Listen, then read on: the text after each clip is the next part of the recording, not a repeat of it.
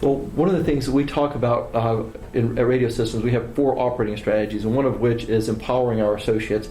And every company that you'll ever meet always says we empower our associates. But in our case, I think we take it to a higher level than you'll find at most companies. For example, we believe that the corollary to empowerment is information. I can't just say that you're empowered without giving you the ability to be empowered and to be able to make decisions. And you can't make decisions like I can make decisions unless you have the same information that I do.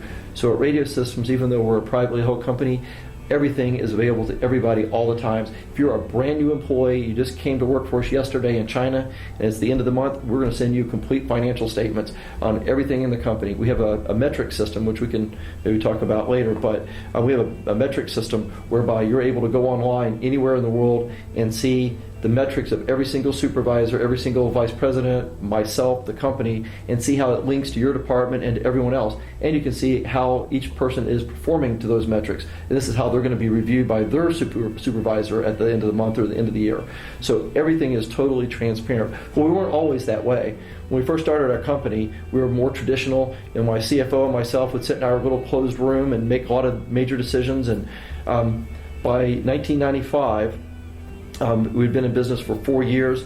It was our worst year ever. We were doing $16 million in sales. We lost $1.5 million that year. For a small company, that was a lot, and we didn't have a lot of outside investors or big bank relationships, so we weren't sure if we were going to survive. And I remember sitting in a room with my CFO looking at all kinds of data and general ledgers and trying to figure out where we're going to save. So, well, I think we're being frugal on office supplies. What else can we do? So in desperation, we brought in all of our associates, which I think at that time were about 60, and shared with them the situation and said, look guys, we're not going to be in business a year from now unless we can figure this out. And unfortunately, your CFO and your CEO, we don't have the answer. We're going to have to figure this out together.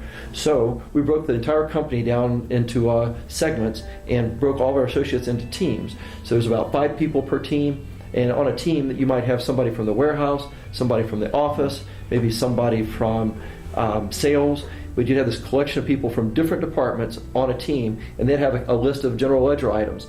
And with fresh eyes looking at expenses that maybe they hadn't looked at before, they came up with all kinds of ways to save money and ways to grow the business. And as a result of empowering our associates to make the decisions on the front line, people that knew what was really going on, we turned the company around. So the following year, we went from 16 million in sales to 24 million in sales. We went from losing $1.5 million to making $2 million, and we've never looked back. And so I owe our success in large part to empowering our associates. So I know a lot of people talk about empowerment.